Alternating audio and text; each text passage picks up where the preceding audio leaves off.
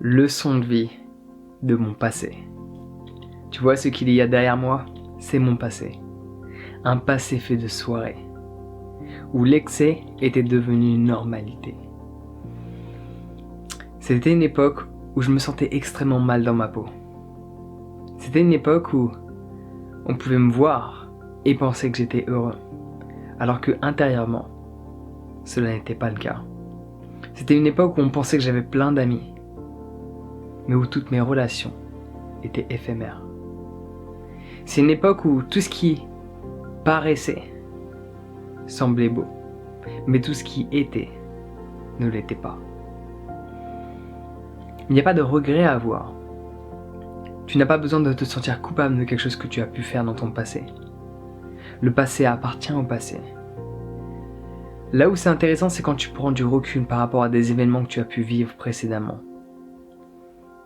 Ce que tu vois derrière moi, ça fait des années. C'est resté sur mon mur parce que j'avais mis une tenture dessus.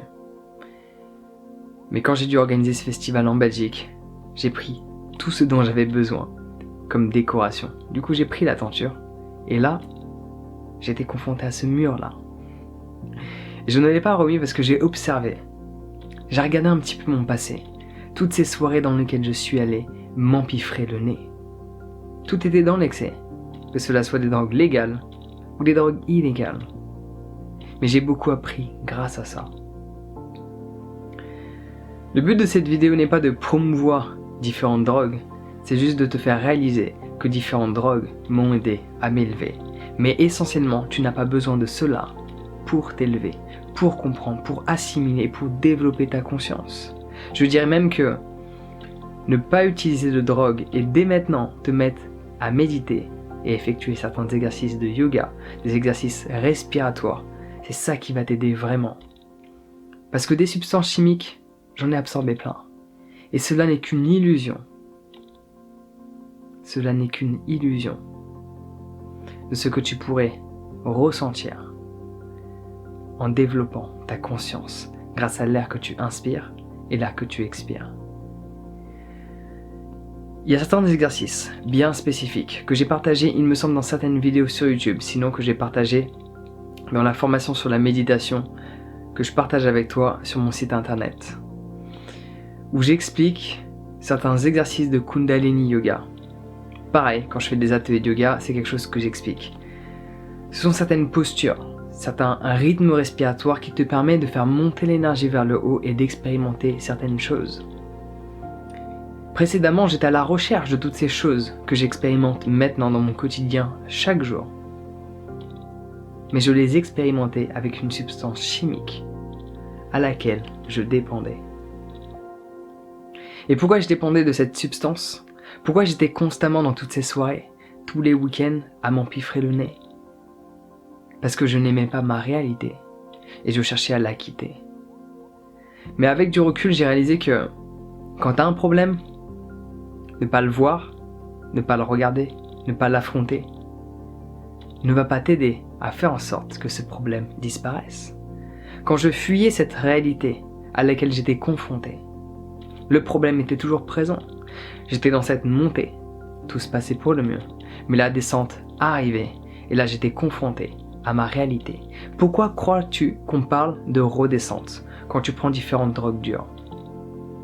La redescente, c'est le moment où tu reviens à ta réalité. C'est ça la redescente. Il n'y aurait pas de redescente si tu étais pleinement heureux de ta réalité telle qu'elle est. Et si cela était le cas, tu n'aurais pas besoin de consommer des produits qui vont déformer la réalité. Ta réalité, ce que tu expérimentes dans ton quotidien. Tu ne le vois pas sur ce mur, la plupart de ces soirées, il y a quelques flyers, mais la plupart de ces soirées proviennent de soirées de boîtes, de lieux légaux. Mais mon passé, il est vachement identifié aux skins parties. Si cela ne te dit rien, c'est un phénomène qui provient de Londres et j'étais dans les premières skins parties à Paris. Les vraies skins parties. Pas celles qui se sont développées il y a quelques années de cela. Non, il y a un bon 7-8 ans, je dirais, même plus. Les toutes premières skins parties. Cela a pour but de louer une maison et de créer une soirée illégale où la plupart des gens qui sont à l'intérieur sont drogués. Tout est dans l'excès. Alors d'un point de vue externe, Il y a beaucoup de mal à ça. Mais personnellement, j'ai énormément évolué à cette époque parce que je me suis ouvert aux autres. Certes, je me suis servi de la drogue, donc quand je n'étais pas drogué, j'étais toujours confronté au problème de ma réalité que je ne voulais pas affronter. Mais avec du recul, en ayant été confronté à cet environnement qui était très malsain, j'ai pu réaliser ce que je souhaitais. Pour réaliser ce que tu souhaites, il faut parfois être confronté à ce que tu ne souhaites pas. Dans cet environnement, j'ai réalisé que certaines personnes s'étaient perdues en chemin. Et que moi-même, j'étais sur le point de me perdre. Je suivais leur lignée. Je suivais ce qu'ils faisaient. J'adoptais leur comportement. Par ce fait, j'allais prendre la même direction qu'eux. Donc un jour, j'ai pris la décision de tout arrêter, d'arrêter toutes ces soirées. Mais vu que j'ai beaucoup collé de flyers, je me suis dit que j'allais juste mettre une tenture de Bouddha par-dessus. Que j'ai enlevé, et je t'ai expliqué pourquoi. Je vais la remettre. Mais je me suis dit, avant de la remettre, j'allais exprimer mon passé dans cette vidéo avec toi. Tu ne peux pas regretter ce que tu as vécu. Tu peux regretter ce que tu n'as pas vécu. Ça, c'est fort probable, mais il n'est jamais trop tard pour recommencer et pour faire en sorte que ce regret disparaisse. Mais tu ne pourras jamais te sentir coupable de quelque chose que tu as pu faire, des conneries dans ces soirées, des conneries à cette époque. J'en ai fait plein. On va pas rentrer dans les détails. Il y a des vertes et des pas mûres. Pour illustrer la chose. Je peux pas être coupable. Parce qu'à cette époque-là, je n'avais absolument pas le même état d'esprit que j'ai en cet instant où je te parle. Tu ne peux pas être coupable de quelque chose qui n'est plus. Tu ne peux pas être coupable de quelque chose qui ne fait plus partie de cet instant. Parce que cela appartient au passé. Il y a uniquement où tu développes la pensée que là tu peux te sentir coupable. Mais quand tu es dans cet instant présent, que tu te focalises sur l'air qui rentre et l'air qui sort, la culpabilité n'existe plus. Parce que tu sais que cela n'est pas qui tu es. À partir du moment où tu te sens coupable de quelque chose, ça veut dire que tu as passé l'éponge. Ça veut dire que tu as changé d'état d'esprit. Parce que tu as réalisé que ce que tu as fait, ou ce que tu n'as pas fait, c'était pas forcément la bonne manière de faire. Tu aurais bien aimé te comporter différemment. Ça veut dire que tu as évolué. Tu n'es plus cette personne. Mais le passé nous apprend beaucoup. À cette époque-là, j'étais pas conscient du tout. Pas conscient du tout. Mais avec du recul, je réalise que toutes les choses que j'ai vécues, chaque personne que j'ai rencontrée, était là pour m'apprendre quelque chose. Il y a des gens qui me sont restés gravés dans toutes ces soirées. La plupart, je les ai oubliés. La plupart, je ne les vois plus. Il y a encore quelques personnes que je revois de temps en temps, parce que ces personnes, j'ai quand même créé un lien fort avec elles. Et elles étaient là avec moi, dans ce quotidien, assez sombre par moments. On se voilait tous la face. On était tous là, à vivre comme si la vie était magnifique. On allait en soirée, on louait des maisons, on faisait des... Quand il n'y avait pas de piscine dans la maison qu'on louait, on mettait une piscine gonflable dans le salon. La caution sautait, mais au moins la soirée était plutôt déjantée. Tout était dans l'excès. Et on était fiers de ça. On montrait cette fierté. Mais à l'intérieur de nous-mêmes, beaucoup de peine. Ne te fais pas avoir avec ce que tu perçois. Ce que tu perçois est uniquement ce que tu perçois. Ce que tu perçois n'est pas ce qui est. Si tu veux savoir si une personne est vraiment heureuse, connecte-toi à son regard.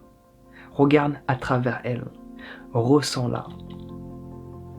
Connecte-toi à sa respiration. Regarde le tempo de sa respiration. Touche-lui ses mains. Est-ce qu'elle transpire? Est-ce que ses mains sont moites en permanence? Est-ce qu'elle stresse? Est-ce qu'elle est anxieuse à longueur de temps? Tu peux percevoir une personne et penser qu'elle est heureuse, mais elle ne l'est absolument pas.